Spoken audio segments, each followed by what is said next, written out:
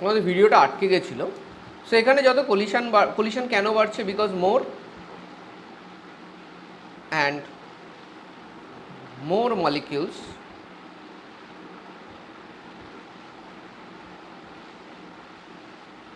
আর crossing, কি cross করছে, energy ব্যারিয়ারটা ক্রস করছে, ঠিক আছে। More and more molecules are crossing energy barrier, ঠিক আছে। যখন অর্গ্যানিক করব তখন কিন্তু আমার এই ফিজিক্যালের আইডিয়াগুলো কন্টিনিউয়াস বেসিসে লাগবে, ঠিক আছে। আমি কি শুধুমাত্র অর্গ্যানিক মানে অর্গ্যানিক রিয়াকশান নয়, রিয়াকশান মেকানিজমসের সাথে কিন্তু আমাদের মনে রাখতে হবে একটা চ্যাপ্টার তোমরা পড়বে, কেমিক্যাল কাইনেটিক্স এবং থার্মোডাইনামিক্স, যেটা তোমরা অলরেডি পড়েছো। এগুলো কিন্তু খুব ইম্পর্ট্যান্ট, ঠিক আছে। আচ্ছা, এবার বেসড অন দিস আমরা যেটা করব সেটা হচ্ছে হলো, এখন যেটা আমাদের নেক্সট টপিক যেটা আমরা করব সেটা হচ্ছে, আমরা একটুখানি বেসড অন দিস SN2 মেকানিজমের দুটো রিয়াকশান আমরা দেখব। তার মধ্যে একটা খুব important reaction, that is halogen exchange reaction, ঠিক আছে, সেটা আমরা দেখব। চলো,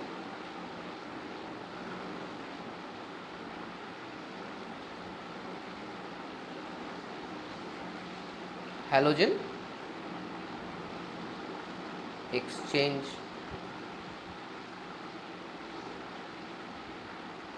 রিয়াকশান, ঠিক আছে। হ্যালোজেন এক্সচেঞ্জ রিয়াকশানে আমরা ফার্স্টে ফিঙ্কেলস্টাইন রিয়াকশান নিচ্ছি। So RCl, that is alkyl chloride, plus NaI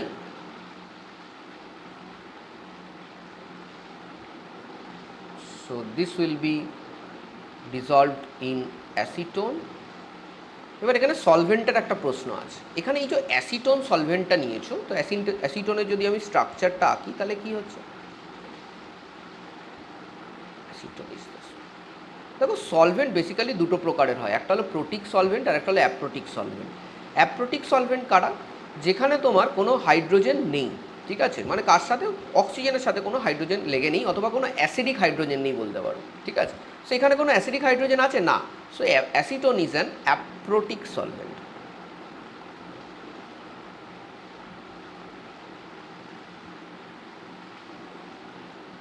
acetone is an aprotic solvent. So এটা যদি দাও তাহলে এখানে Ri প্লাস NaCl তৈরি হবে। রিয়াকশান তো খুব simple, it's a simple displacement type reaction.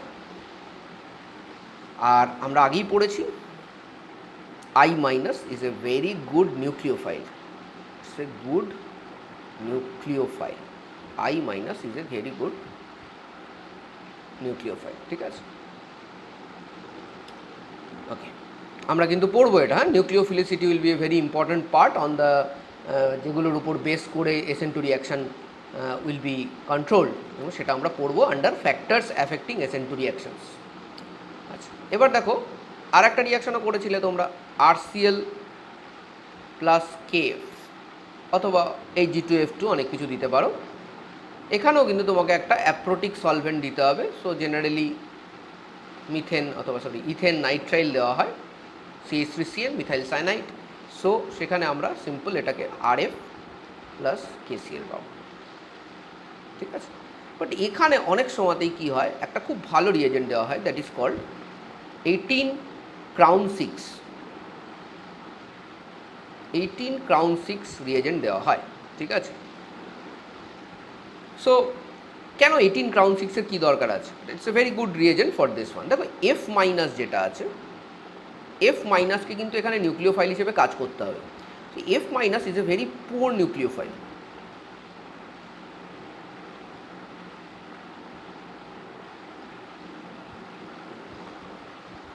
F minus is a very poor nucleophile.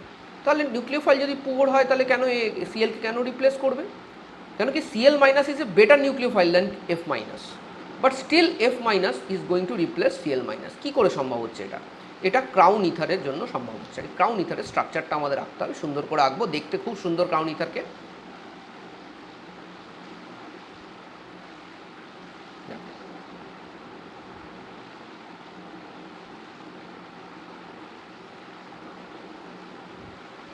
Oxygen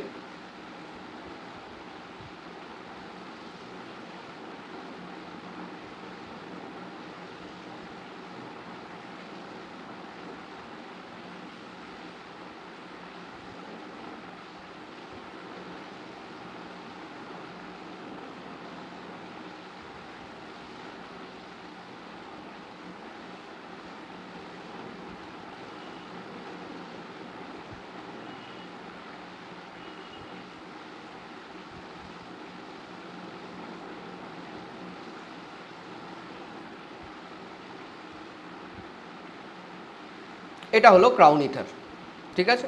দেখতে পাচ্ছ প্রচুর oxygen molecule bounded by carbon atoms রয়েছে। এবার এই অক্সিজেন মলিকিউলগুলো তোমরা জানো oxygen molecule is having lone pairs. তো কে প্লাস যেটা হয়, কে এফের যে কে প্লাসটা হয় সেটা কে ওরা কী করে, তাদের নিজেদের মাঝখানে বন্দি করে ফেলে। এরকম কী করে বন্দি করে ফেলে? By very strong interactions. আশা করি এই ইন্টারাকশানটা কেন হয় তোমাদের বোঝাতে হবে না, সবাই বুঝতে পেরেছো অক্সিজেন কেন, because oxygen is having lone pair, এবং সেই লোন পেয়ারের দ্বারা এই কে প্লাসটাকে তারা কী করে, বন্দি করে ফেলে। এই কে প্লাসটাকে যেই বন্দি করে ফেললো তখন এফ মাইনাস কী হবে, এফ মাইনাস ফ্রি হয়ে গেল। এফ মাইনাস তখন কী হলো, ফ্রি হয়ে গেল, ঠিক আছে। সি এফ মাইনাস যখন ফ্রি হয়ে গেল তখনই এর কাছে আর কোনো উপায় থাকলো না। নর্মালি এফ মাইনাস ফ্রি হতে চায় না, এবং তাতে কী হয়ে যায়, নিউক্লিওফিলিসিটিটা ভেরি পুওর হয়। এবার এফ মাইনাস যেই পিওর হয়ে গেল, it had to act as a nucleophile। তো এই রিয়াকশানটা জেনারেলি এই 18 ক্রাউন 6 ইথার দিয়েই করা হয়, ঠিক আছে, বোঝা গেছে? ক্লিয়ার? হ্যালোজেন এক্সচেঞ্জ রিয়াকশানসের উপরে আমরা কিছুটা নিউক্লিওফিলিসিটি করলাম। এর পরের পার্টে আমরা যেটা করব সেটা হলো কী কী ফ্যাক্টরের উপর ডিপেন্ড করে এই নিউক্লিওফিলিসিটিটা হবে সেটা আমরা বোঝার চেষ্টা করব। কিন্তু তার আগে আমি কিছু কোশ্চেন তোমাদের দিতে চাইছি, কিছু practice question. Questions are very important as you know, question না করলে তো হবে না।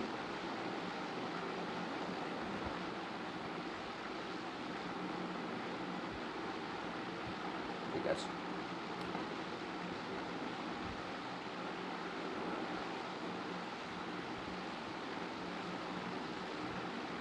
ইথাইল ব্রোমাইড,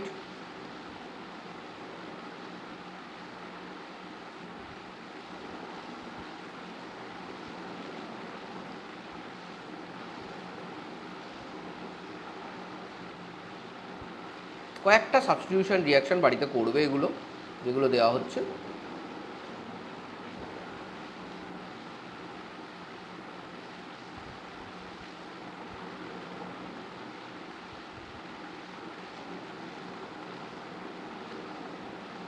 আর যেখানে যেখানে ডাউট থাকবে ডেফিনেটলি আমাকে জিজ্ঞেস করবে, দরকার হলে আমি আরেকবার ওটা বুঝিয়ে দেবো। কারণ SN1 SN2 we are covering in details, so কিছু ডাউট থাকতেই পারে, এতে কোনো দোষের কিছু নেই।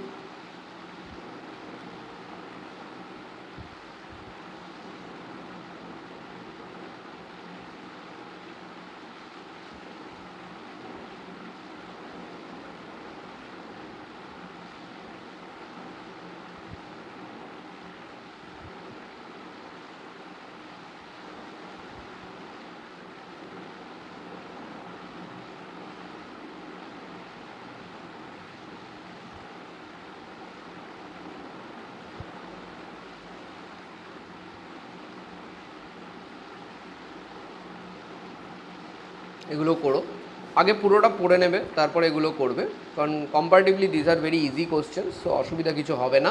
এই টাইপের কোশ্চেন অলরেডি আমরা প্র্যাকটিস করে নিয়েছি, সো খুব একটা প্রবলেম তোমরা ফেস করবে না এগুলোতে, ঠিক আছে। মানে এগুলো মোটামুটি ইজিলি হবে, ঠিক আছে, খুব একটা সমস্যা কিছু আসবে না। ওকে, আচ্ছা আমরা অ্যাটলিস্ট ফ্যাক্টরস অ্যাফেক্টিং SN2টা না শুরু করে দিই, ঠিক আছে, শুরু করে দিই। যদি শেষ করতে পারি শেষ করব, যদি শেষ না করতে পারি আর একটা ক্লাসে শেষ করে দেবো, ঠিক আছে। সেবার আমাদের নেক্সট টপিক হচ্ছে হলো ফ্যাক্টরস অ্যাফেক্টিং SN2 রিয়াকশনস।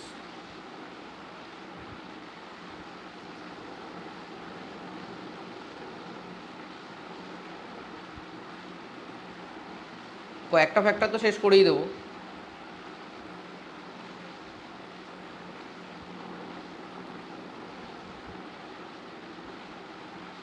দেখো, সবার প্রথম যে ফ্যাক্টরটা হুইচ ইজ ভেরি ইম্পর্ট্যান্ট সেটা কি, strength of nucleophile.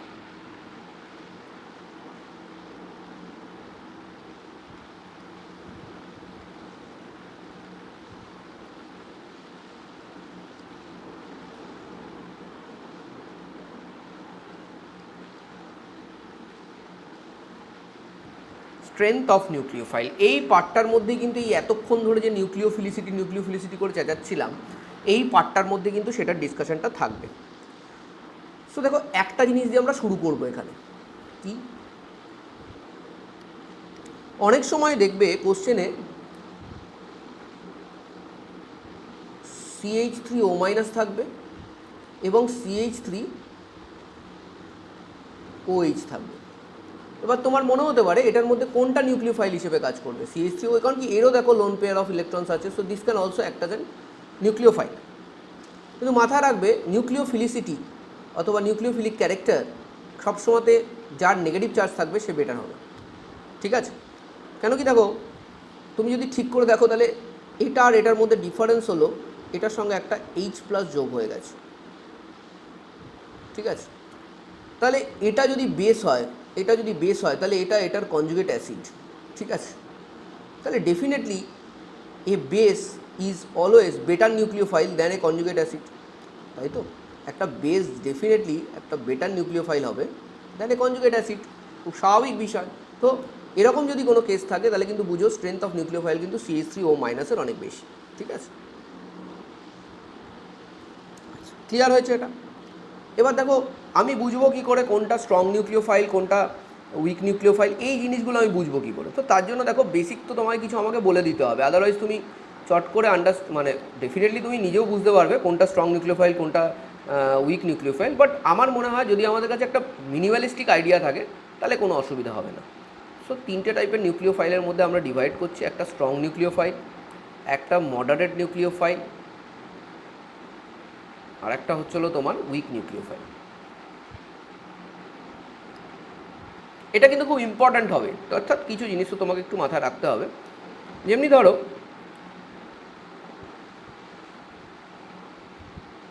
CH3CH2 whole thrice, so trialkyl phosphine আর কি, তার সঙ্গে ফসফরাস আছে lone pair, this is a strong nucleophile, ঠিক আছে? This is a very strong nucleophile, ঠিক আছে? আচ্ছা, তারপরে SH, it's again a very strong nucleophile, ঠিক আছে? তারপরে আসছে কি I-, it is again a very strong nucleophile, ঠিক আছে? আচ্ছা, তারপরে ধরো CH3CH2 whole twice NH, strong nucleophile. তাহলে এটা যদি স্ট্রং নিউক্লিওফাইল হয় তাহলে এটাও strong nucleophile, CH3CH2 whole thrice N is a strong nucleophile. এক সেকেন্ড, আমার একটা ফোন এসছে।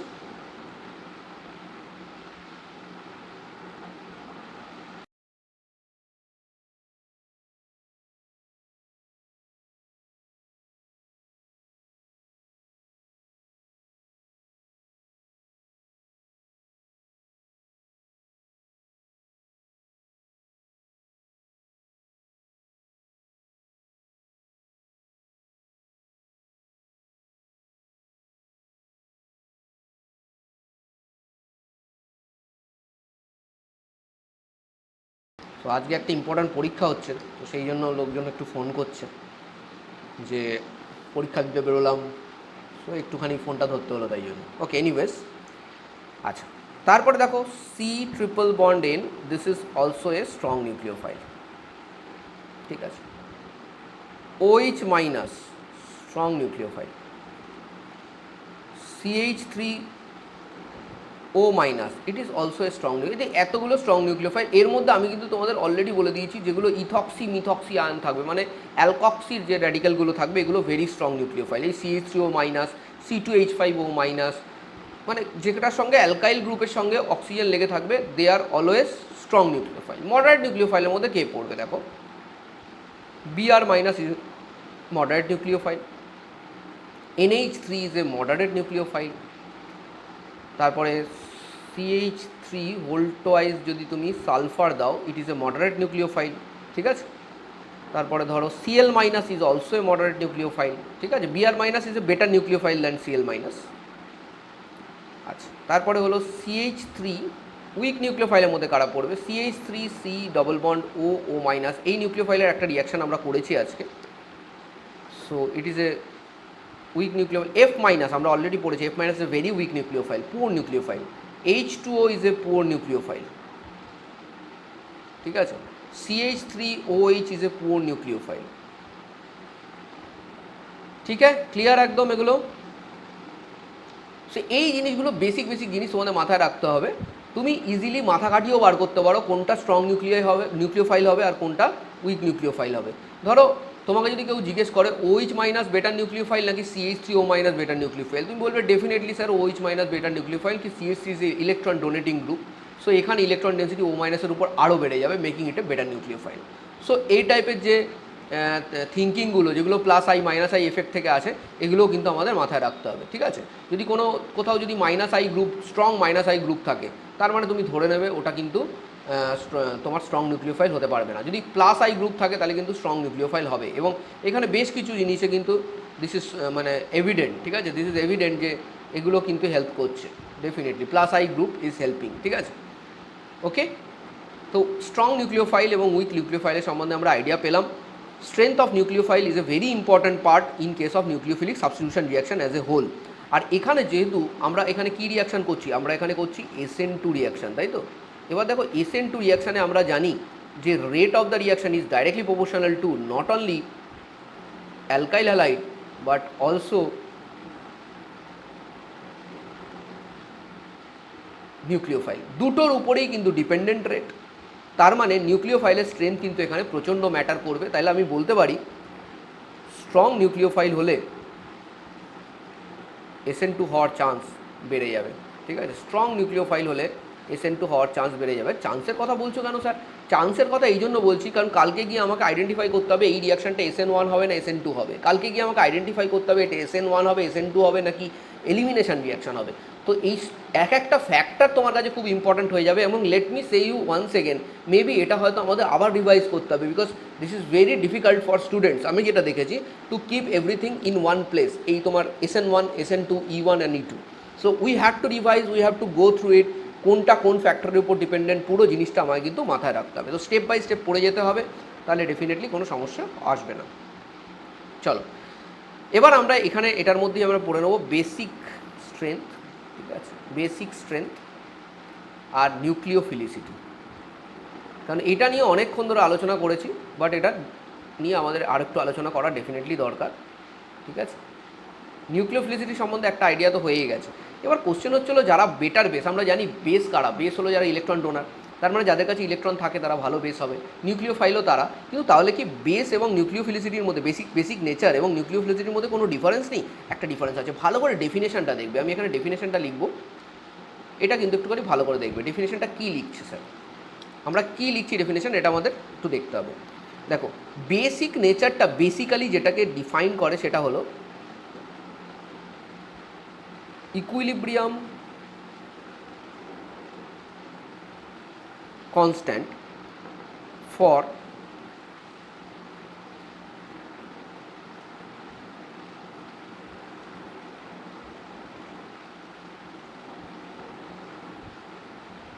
abstracting a proton,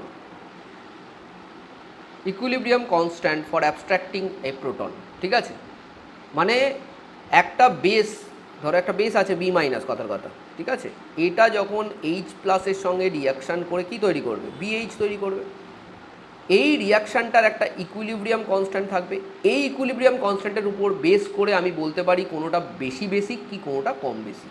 এই ইকুইলিব্রিয়াম কনস্ট্যান্ট যত বেশি হবে তত কিন্তু বেসিক নেচার বাড়বে, ঠিক আছে। This is how basic nature is defined. Okay, so এটা কিসের উপর ডিপেন্ড করছে? এটা ইকুইলিব্রিয়ামের উপর ডিপেন্ড করছে। আমরা ইকুইলিব্রিয়াম পড়েছি, কেমিক্যাল ইকুইলিব্রিয়াম, রাইট। এবার নিউক্লিওফিলিসিটি তাহলে কিসের উপর ডিপেন্ড করে? এটা কিন্তু একটু আলাদা। কি এটা? দেখো, rate of attack, rate rate rate মানে কাইনেটিক্স, কত তাড়াতাড়ি অ্যাটাক করছে, এটা খুব important. Rate of attack on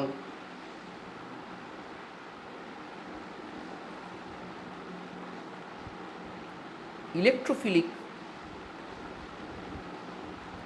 carbon atom. ঠিক আছে, নিউক্লিওফিলিসিটি হলো rate of attack on electrophilic carbon atom. So carbon যে অ্যাটমটা আছে with partial positive charge, that is electrophilic, এবং এটার উপরে নিউক্লিওফাইল কত তাড়াতাড়ি অ্যাটাক করছে, দ্যাট ডিফাইন্স নিউক্লিওফিলিসিটি। মানে এখানে কত তাড়াতাড়ির একটা বিষয় আছে। আর যখন আমি বেসিক নেচারের কথা বলছি, এখানে কোনো তাড়াহুড়োর বিষয় নেই। ওভারঅল ইকুইলিব্রিয়াম কনস্ট্যান্ট যার বেশি হবে, that is having more basic nature. ঠিক আছে, এটা হলো difference between basic nature and nucleophilicity. ঠিক আছে, একদম ক্লিয়ার রাখো। আমি কিন্তু তোমাকে একদম পারফেক্ট ডেফিনেশন দিলাম, কোনো তুক্কা ডেফিনেশন না, ট্রিকি ডেফিনেশন নয়, ট্রিক ফিক নয়, একদম perfect definition. This is how basic nature is defined. So this is based on chemical equilibrium, আর এখানে তোমার nucleophilicity is based on chemical kinetics. ঠিক আছে, আচ্ছা, আমরা অলরেডি কয়েকটা জিনিস পড়েছি, সেগুলো আরেকবার জাস্ট রিভাইজ করে দিচ্ছি। এখানে OH minus is a better nucleophile than H2O, এটা অলরেডি আমরা পড়েছি, তাই তো? নেগেটিভ চার্জ আছে, কোনো সমস্যা নেই।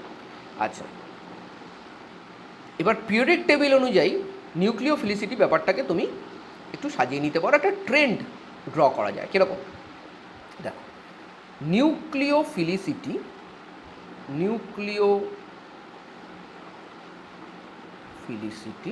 ঠিক আছে, নিউক্লিওফিলিসিটি ডিক্রিজ করে। ঠিক আছে, nucleophilicity decreases as we move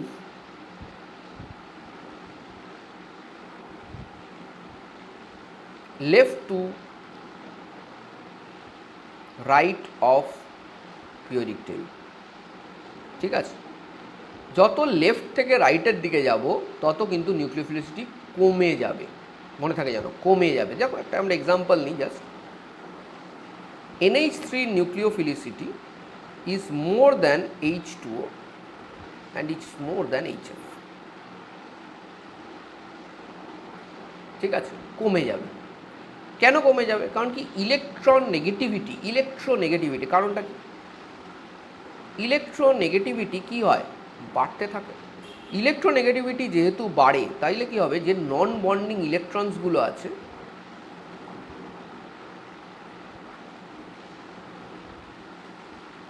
non bonding যে ইলেকট্রনসগুলো আছে, দে আর লেস রিঅ্যাক্টিভ।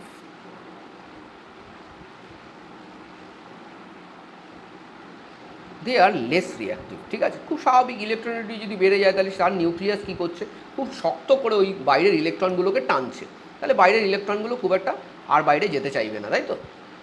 ক্লিয়ার? আচ্ছা, এটা কী গেল? এটা গেল পিরিয়ডিক টেবিলের লেফট টু রাইট। এবার পিরিয়ডিক টেবিলে যদি আমি তোমার ডাউন দ্য পিরিয়ডিক টেবিল যাই, দেখো নিউক্লিওফিলিসিটি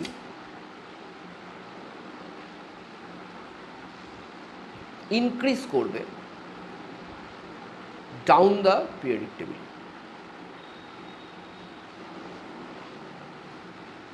মানে গ্রুপসে ইনক্রিজ করবে। তাই জন্য আমরা অনেক আগেই এই অর্ডারটা লিখেছি, Br মাইনাস, ঠিক আছে, Cl মাইনাস, F মাইনাস। খুব স্বাভাবিক বিষয়, কেন কি এখানে একটা পোলারাইজেবিলিটির একটা ফ্যাক্টর আছে। ঠিক আছে, তো এনিওয়েজ ওটা আমরা পরে আসবো। I মাইনাসের পক্ষে তোমার পজিটিভ চার্জের দিকে যাওয়াটা ইজি। তুমি যদি দেখো F মাইনাসের যে ইলেকট্রনটা, ও খুব কম জায়গার মধ্যে সীমাবদ্ধ রয়েছে। ঠিক আছে, কারণ কি খুব ছোট, ক্লোরিন আরেকটু বড়, ব্রোমিন আরেকটু বড়, I মাইনাস অনেকটা বড়। তো যত বড় হচ্ছে তত ওর যে ইলেকট্রন ক্লাউডটা থাকছে ওটা ছড়ানো থাকছে। ইলেকট্রন ক্লাউড যত ছড়ানো থাকবে তত তাকে না পোলারাইজ করাটা ইজি, আমি এটা বোঝাবো, তোমাদের বোঝাবো পোলারাইজ করা। পোলারাইজেবিলিটিটা এখানে তোমাকে বুঝতে হবে যদি নিউক্লিওফিলিসিটিটা বুঝতে হয়। ঠিক আছে, একটু দাঁড়াও, আর একটা জাস্ট অর্ডার লিখে দিই, CH3 হোল থ্রাইস ফসফরাস এবং CH3 হোল থ্রাইস নাইট্রোজেনের মধ্যে যদি তোমাকে আজকে বলে কোনটা বেশি, তাহলে কোনটা হবে? ফসফরাস নিচে আছে, তাহলে ফসফরাস বেশি, ডাউন দ্য পিরিয়ডিক টেবিল। ঠিক আছে, আর এইখানটাতেই আমরা প্রথমে বোঝার চেষ্টা করব নিচের দিকে গেলে হচ্ছেটা কি, কেন। ঠিক আছে, এখানে কিন্তু একটা পোলারাইজেবিলিটির একটা ফ্যাক্টর আছে।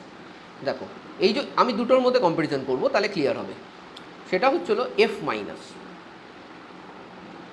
আমি যদি এফ মাইনাসটাকে দেখি, এফ মাইনাসটার যে ইলেকট্রন ক্লাউডটা আছে, অথবা F minus as an atom, একটা ছোট্ট অ্যাটম, এই হলো ইলেকট্রন ক্লাউড। এবার এটার সঙ্গে যখন একটা অ্যালকাইল হ্যালাইড আসছে, ধরো এইচ,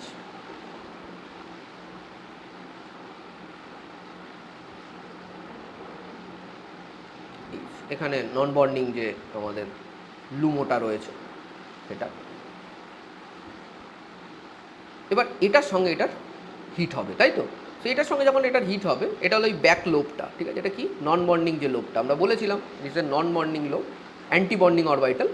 সো এটা হলো sp3-র ব্যাক সাইড, এটা হলো sp3-র ব্যাক সাইড। সো এটা গিয়ে এখানে হিট করছে, ঠিক আছে? এবার এটা গিয়ে যখন এখানে হিট করছে, this hit will be like this, C,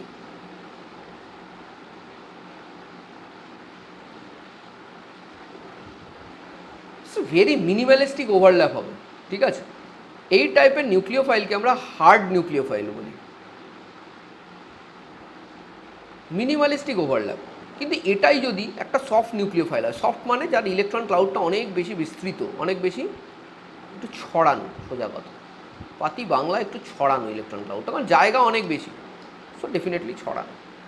এটা যখন আসছে তখন কি হচ্ছে দেখো, এটা যেহেতু ইলেকট্রন ক্লাউডটা অনেক বেশি ছড়ানো রয়েছে, for the positively charge carbon atom, মানে partially positively charge, it is easy to polarise this part. মানে এটা কি হবে তখন দেখো, এটা ইজিলি আস্তে আস্তে এর কাছে সরে আসবে, পোলারাইজ হবে, এবং তাতে ওভারল্যাপটা যেটা হচ্ছে ওটা অনেক বেটার হচ্ছে, ঠিক আছে? এটা অনেক ছড়ানো। এখানে কি হচ্ছে, নিউক্লিয়াসটা টেনে ধরে থাকছে ইলেকট্রনটাকে, নিউক্লিয়াসটা এখানে ইলেকট্রনটাকে টেনে ধরে থাকছে, তাই জন্য ছড়াতে পারছে না। আর এই ছড়াতে না পারলে কি হচ্ছে, এও সেইভাবে টানতে পারছে না একে, একে তো ইলেকট্রন ক্লাউডটাকে টেনে এর সাথে ওভারল্যাপ করতে হবে, এর সাথে ওভারল্যাপ করতে হবে, ওভারল্যাপ করতে পারছে না। কিন্তু এখানে যেহেতু ছড়ানো, এ ইজিলি এই ইলেকট্রন ক্লাউডটাকে টানতে পারছে, বলে টেনে নিয়ে আসছে।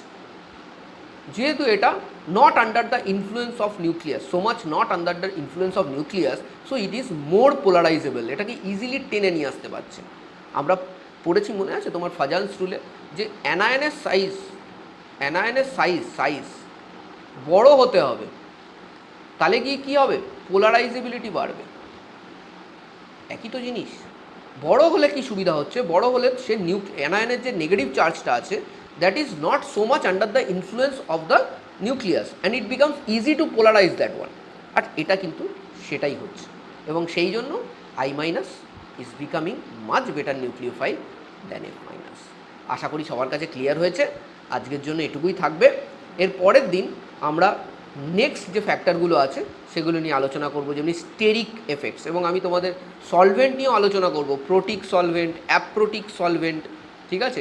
লিভিং গ্রুপ বলে একটা জিনিস আমরা শিখেছি, সেটাও কিন্তু ইম্পর্ট্যান্ট হবে। এই 3-4টে জিনিস কিন্তু আমরা কভার করতে হবে আমাদের, ঠিক আছে? যেটা SN2-তে, শুধুমাত্র SN2-তেই আমরা এতগুলো জিনিস করছি, তোমার চিন্তা নেই, SN1-এ এত কিছু থাকবে না, কারণ কি অনেকগুলো জিনিস অলরেডি কভার্ড হয়ে যাচ্ছে। Basics of nucleophilicity, basics of basic nature, ঠিক আছে, লিভিং গ্রুপ, এগুলো তো কভার হয়েই যাচ্ছে, ঠিক আছে? Okay, with that thank you very much. So let us meet for the next class.